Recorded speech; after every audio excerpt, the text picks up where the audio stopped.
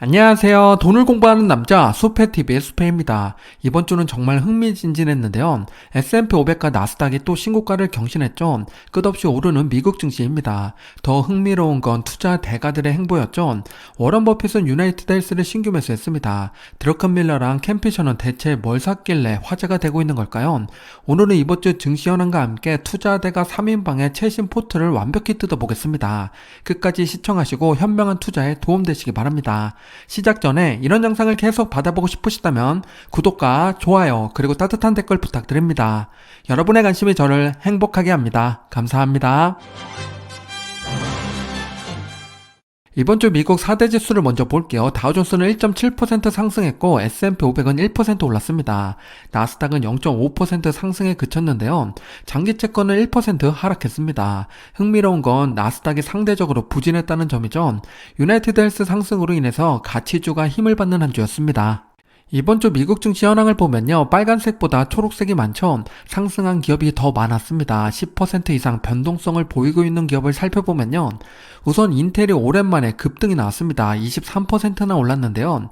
트럼프 행정부에서 인텔 지분 투자를 검토한다고 하니까 급등했습니다. 국유화 이야기까지 나오고 있는데요. 경쟁사인 삼성전자랑 TSMC는 긴장해야겠습니다. 다음으로 가운데 아래 보면 일라일릴리가 있는데요. 드디어 반등이 나왔습니다. 12% 상승이 나왔고요. 비만 치료제가 글로벌하게 판매되자 시원하게 올랐습니다. 인도에는 마운자로 킥밴 제형이 출시되고 있고요. 한국에는 21일부터 처방이 가능해질 걸로 보이고 있습니다. 비만 치료제 관련돼서 궁금하신 분들은 지난주에 영상을 정리했으니까 참고해 주시기 바라고요. 다음으로 오른쪽을 보면 항공주가 이번 주 모두 같이 올랐는데요.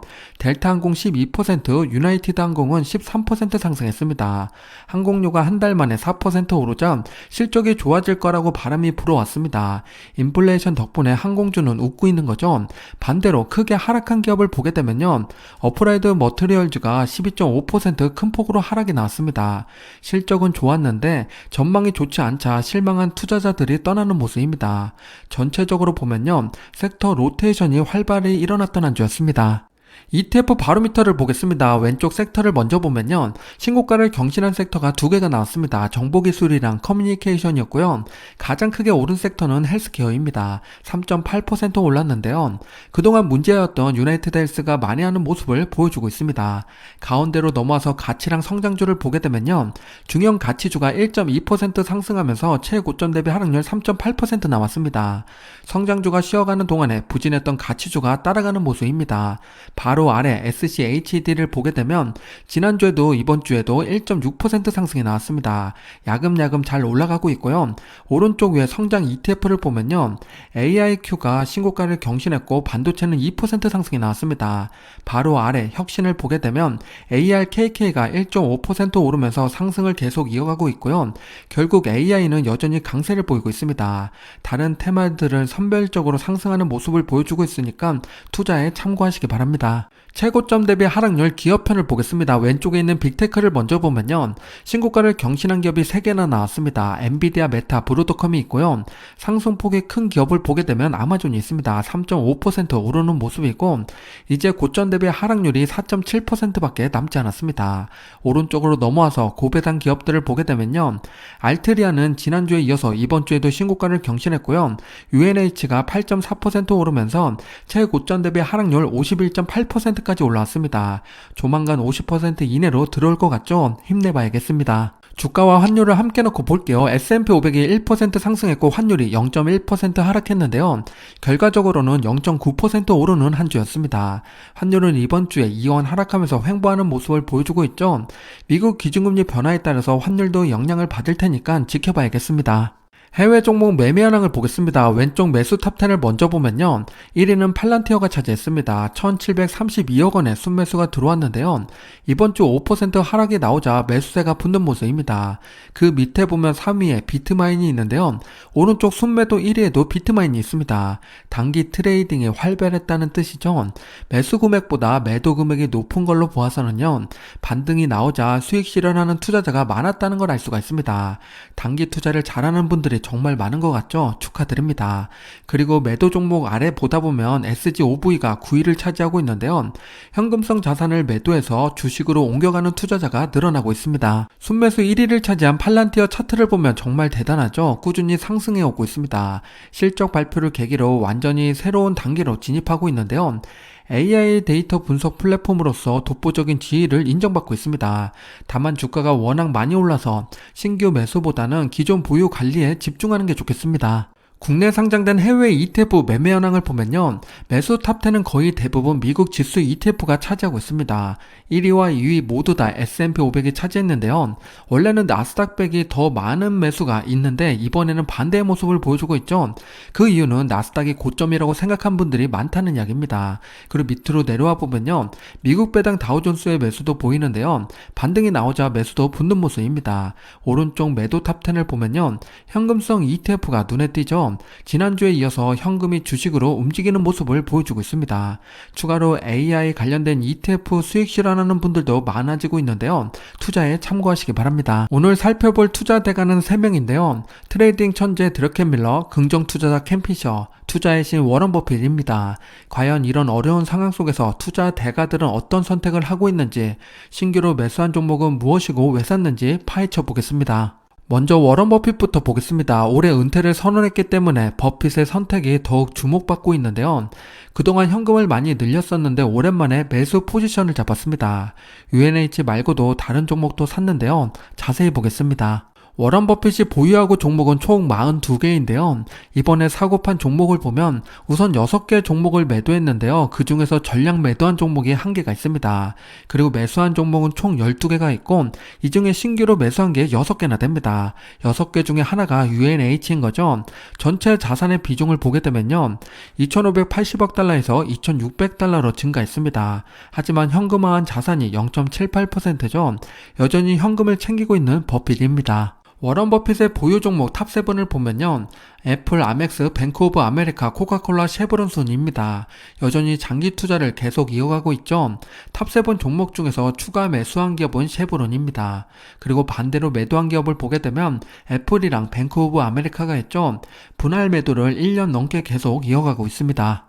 버핏의 매매 현황을 보겠습니다. 왼쪽에 매수를 먼저 보면요. 비중을 크게 늘린 건 풀이 있죠. 미국의 수영장 기업인데요. 기존 보유량보다 더 많이 매수를 진행했습니다. 최근 주가가 빠졌는데 추가 매수하면서 단가를 낮추는 버핏이죠. 밑으로 보면 신규 매수한 종목 6개가 있는데요. UNH 말고도 뉴코, 레나, DR, 호튼 등이 있습니다. 미국 최대 철강 회사랑 대표 주택 건설사를 매수한 걸로 보아서는요. 실물 경제와 인프라 기반에 투자한 걸로 보입니다. 경기 침체 이후에 반드시 회복할 실물 인프라 그리고 필수 산업에 해당되는 거죠. 버핏은 경기 침체 다음을 내다보고 있는 모습입니다. 가장 큰 비중으로 투자를 시작한 유나이티드 헬스를 보면요. 2분기 매수니까 초록색으로 표시된 부분에서 버핏은 매수를 진행했습니다. 당연히 급락이 나오고서 접근을 했을 텐데요. 매수 단가가 300달러 내외가 되지 않을까 싶습니다. 그런데 버핏이 매수하고도 급락이 한 번 더 나왔었죠. 240달러까지 내려갔었는데요. 버핏 효과로 하루 만에 12% 급등이 났습니다. 다시 304달러가 됐는데요. 이제부터 300달러가 새로운 지지선으로 작용될 걸로 보입니다. UNH 투자해도 되는 종목인지 조금 더 자세히 분석해 보겠습니다. 우선 PE 레시오를 보면요. 11.76을 가리키고 있는데요. 과거 데이터로 보면 2013년 수준과 비슷합니다. 상당히 저평가 구간에 진입했다고 볼 수가 있는데요. 매출이 회복했음에도 주가가 여전히 맥을 못 추고 있는 상황입니다. 그럼 UNH의 미래 전망은 어떨까요? 헬스케어 서비스 시장 전망을 보면요. 앞으로 5년 동안 매년 7.4% 성장해서 6조 달러가 넘는 시장이 형성될 걸로 보입니다. 고령화랑 의료비 증가가 지속되는 메가 트렌드가 되는데요. 미국 최대 민간 의료 보험회사 업체인 UNH는요. 5,900만 명이 넘는 가입자를 보유하고 있습니다. 이 상승 모멘텀을 그대로 수혜받는 기업이 UNH입니다. 최근 10년간의 UNH 배당률 차트를 보면요. 평균적으로 1% 중반대에 머물러 있었습니다. 그런데 배당률이 지금 3%까지 올라왔죠. 즉 그만큼 주가가 많이 내려왔다는 반증이 되기도 합니다. 트럼프 정책의 압박과 회사 자체 악재로 인해서 배당률이 2배 정도 올랐는데요. 그럼 실적은 어떨까요? 바로 뒤에서 보겠습니다. 왼쪽 매출을 보면 꾸준히 증가하고 있지만요, 오른쪽 EPS는 최근 부진한 상태입니다. 새로운 CEO가 지금까지의 잘못을 남 탓으로 돌리기 위한 작업을 하고 있는 걸까요? 앞으로 개선될 가능성이 높은 상태인데요. 3분기 실적부터가 새로운 CEO의 평가가 시작되게 됩니다. 투자의 방향도 결정되는 중요한 시점인데요. 3분기 실적이 나오거나 큰 이슈가 있으면 다시 분석해 보겠습니다. 구독과 알람 설정 해놓으시면 바로 받아볼 수 있습니다. 버핏이 UNH에 투자한 이유는 세 가지로 압축해 볼 수가 있는데요. 첫 번째는 방어적 성격의 필수 서비스를 매수한 거고, 두 번째는 고령화로 인한 지속적 수요 증가를 생각하고 투자한 겁니다. 마지막 세 번째는 현재의 매력적인 가격 때문인 걸로 보이는데요. 삼박자가 잘 맞아떨어지니까 버핏이 움직인 겁니다. 현재 주가가 많이 빠졌기 때문에 안전마진이 괜찮은 UNH죠. 첫 매수인데 보유 종목 18위까지 올라온 것은 의미가 있습니다. 계속 수량을 늘려가는지 지켜봐야겠습니다. 두 번째 투자 대가는 캠피셔입니다. 지금까지 꾸준히 매수 금액을 늘리면서 추매를 진행한 캠피셔인데요. 그런데 이번 분기는 분위기가 많이 바뀌었습니다. 긍정한 캠피셔마저도 지금의 상황이 거품이라고 생각한 걸까요? 어떤 매매를 진행했는지 바로 뒤에서 확인해 보겠습니다. 캠피셔가 투자하고 있는 종목을 보면요, 총 1093개나 됩니다. 정말 많죠? 운영자금이 크다 보니까 투자 종목도 많을 수밖에 없습니다. 이번 분기에 매도한 종목을 보니까 629개나 되는데요. 이 중에서 전량 매도한 종목은 107개나 됩니다. 그리고 반대로 매수한 종목을 보면요, 431개 종목을 매수했는데요. 이 중에서 신규 매수는 93개입니다. 현재 매수 종목보다 매도 종목이 더 많은 걸 알 수가 있죠. 심지어 투자 금액의 일부를 현금화했습니다. 적립식 투자를 계속 이어가던 투자자인데 캠피셔답지 않는 모습입니다. 캠피셔 보유 종목 탑7을 보면요, 역시 빅테크 중심으로 이뤄져 있죠. 순위는 크게 달라지지 않았는데요. 하지만 이 중에서 매수와 매도 기업이 갈렸습니다. 추가 매수 종목을 보면 애플, VCIT, IEF인데요. 애플은 혼자 조정을 받아서 매수한 걸로 보이고, 나머지 두 개의 ETF는 채권입니다. VCIT는 회사채이고 IEF는 국채입니다. 둘 다 중기 채권인데요.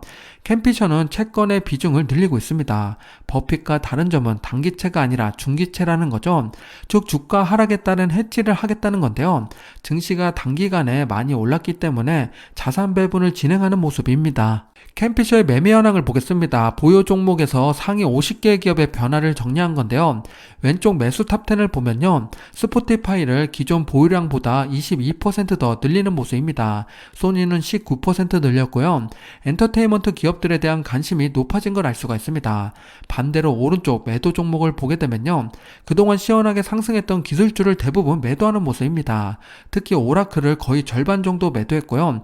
비중 1위를 차지하고 있는 엔비디아도 9%나 비중을 줄였습니다. 캠피셔가 신규로 매수한 종목 중에서 눈에 띄는 기업 하나를 선별해보면 캐네디언 내셔널 레일웨이가 있습니다.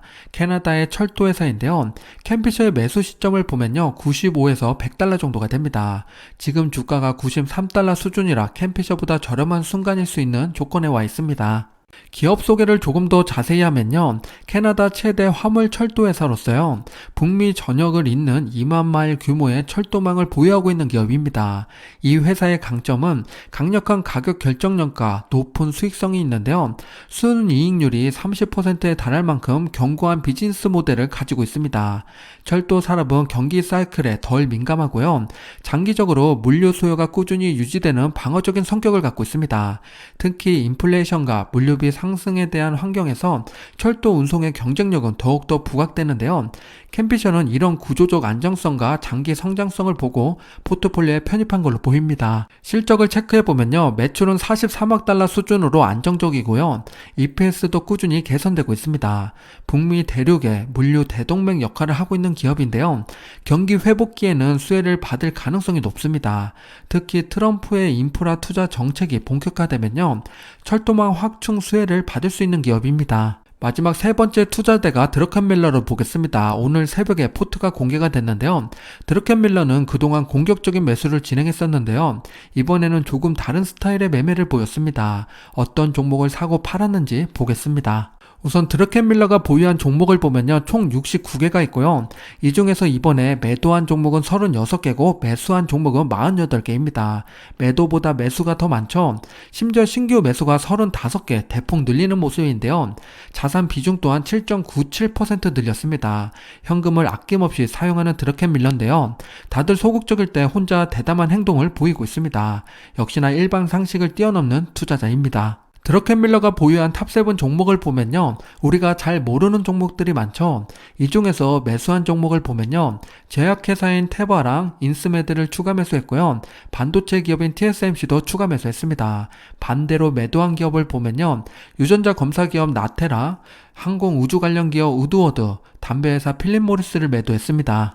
상위 50개 기업의 매매 현황을 정리하면 다음과 같습니다. 왼쪽에 추가 매수한 기업을 보면요, 2배 이상 비중을 늘린 종목으로 델타항공, 로큐, 엠로빈이 있습니다. 그 밑에 기업들도 함께 보면요, AI 반도체랑 바이오 헬스케어 그리고 항공과 스트리밍 소비 섹터를 매수했습니다.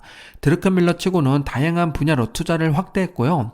반대로 오른쪽 매도 종목을 보면요, 그동안 크게 오른 종목들을 수익 실현하는 모습입니다. 여기에 표시는 안 됐지만요, 테슬라랑 아마존을 전량 매도했습니다. 메가캡의 비중을 줄였습니다. 드러켄밀러가 신규로 매수한 기업 중에서 비중 높게 담은 기업을 보면요, 인테그리스라는 반도체 관련 기업이 있는데요, 매수 시점을 보면 70에서 75달러 수준에서 매수를 진행한 걸로 보입니다. 지금은 그보다 살짝 올라온 상태입니다. 인테그리스를 간단히 소개드려 보면요, 반도체 공장에서 꼭 필요한 재료랑 도구를 만드는 회사입니다.